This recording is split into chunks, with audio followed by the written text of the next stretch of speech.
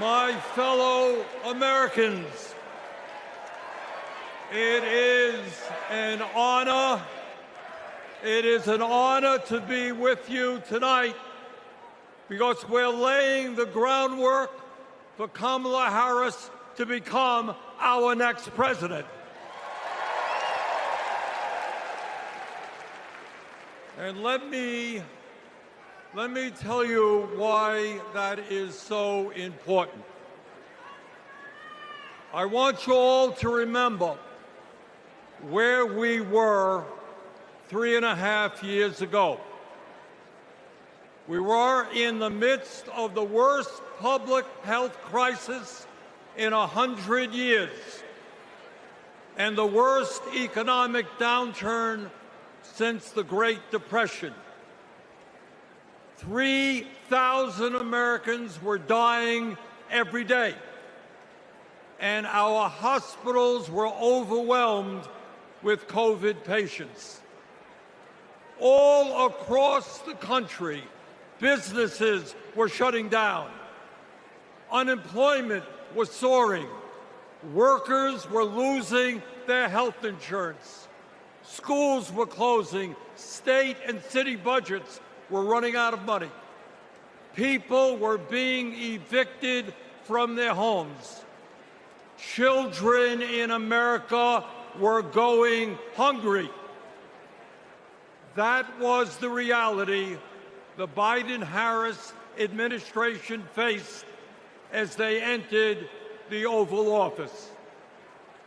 A nation suffering, a nation frightened, and people looking to their government for support. And within 2 months of taking office, our government did respond.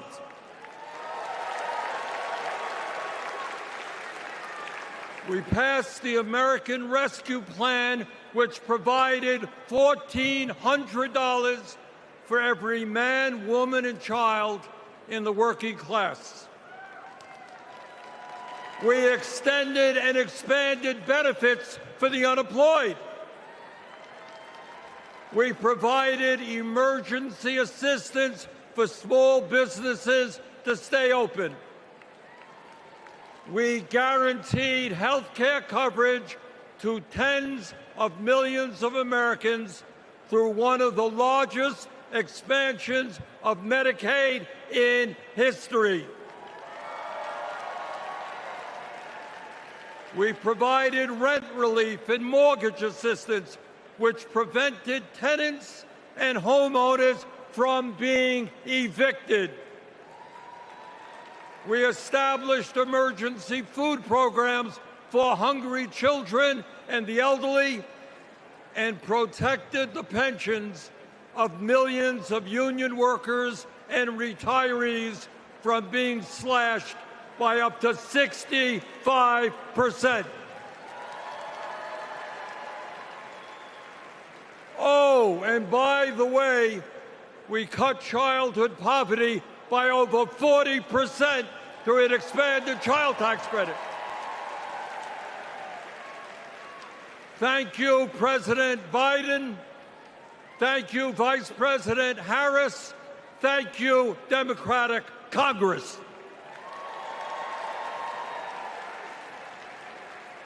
Now, I say all of this not to relive that difficult moment, but to make one simple point. When the political will is there, government can effectively deliver for the people of our country. And now we need to summon that will again, because too many of our fellow Americans are struggling every day to just get by, to put food on the table, to pay the rent, and to get the health care they need.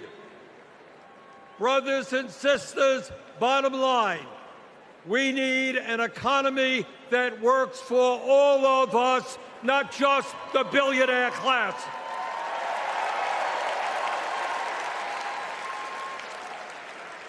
My fellow Americans, when 60% of our people live paycheck to paycheck, the top 1% have never, ever had it so good. And these oligarchs tell us we shouldn't tax the rich. The oligarchs tell us we shouldn't take on price gouging. We shouldn't expand Medicare to cover dental, hearing, and vision. And we shouldn't increase Social Security benefits for struggling seniors. Well, I've got some bad news for them.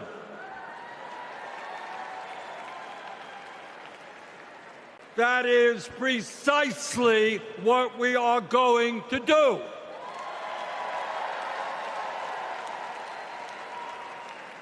And we're going to win this struggle because this is precisely what the American people want from their government.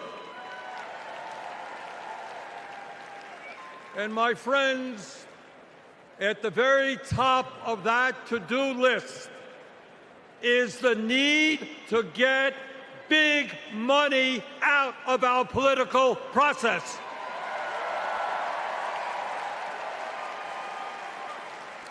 Billionaires in both parties should not be able to buy elections, including primary elections.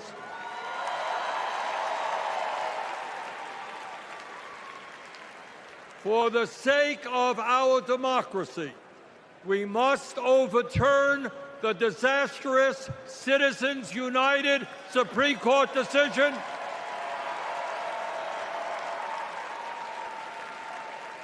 and move toward public funding of elections. And let me tell you what else we must do. We need to join the rest of the industrialized world and guarantee health care to all people as a human right, not a privilege. We need to raise the minimum wage to a living wage. We need to pass the PRO Act so that workers can organize in unions and gain the decent pay and benefits they deserve. We need to strengthen public education, raise teachers' salaries, and make sure that every American, regardless of income, receives the higher education he or she needs. We need to take on Big Pharma and cut our prescription drug costs in half so that we no longer pay any more than other countries. Joe and Kamala made sure that no senior in America pays over $35 a month for insulin. We need to make sure that reality is true for every American. I look forward to working with Kamala and Tim to pass this agenda. And let us be very clear. This is not a radical agenda. But let me tell you what a radical agenda is. And that is Trump's Project 2025. At a time of massive income and wealth inequality, giving more tax breaks to billionaires is radical. Putting forth budgets to cut Social Security, Medicare, and Medicaid is radical. letting polluters destroy our planet is radical. And my friends, we won't let that happen.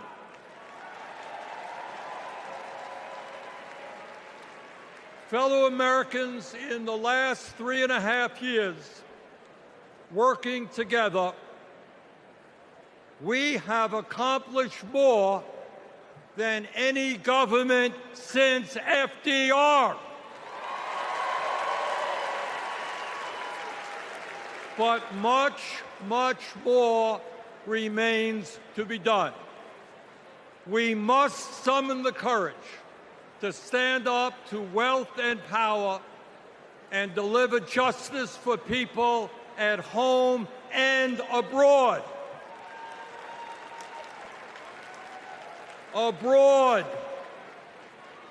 we must end this horrific war in Gaza.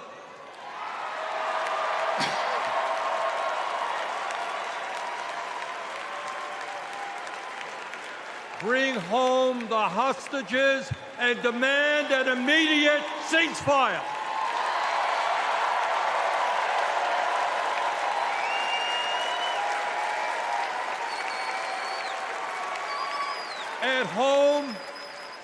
At home right here, we must take on Big Pharma, Big Oil, Big Ag, Big Tech, and all the monopolists whose greed is denying progress for working people. On November 5th, let us elect Kamala Harris as our president, and let us go forward to create the nation we know we can become. Thank you all very much. Thanks for watching. Stay updated about breaking news and top stories on the NBC News app or follow us on social media.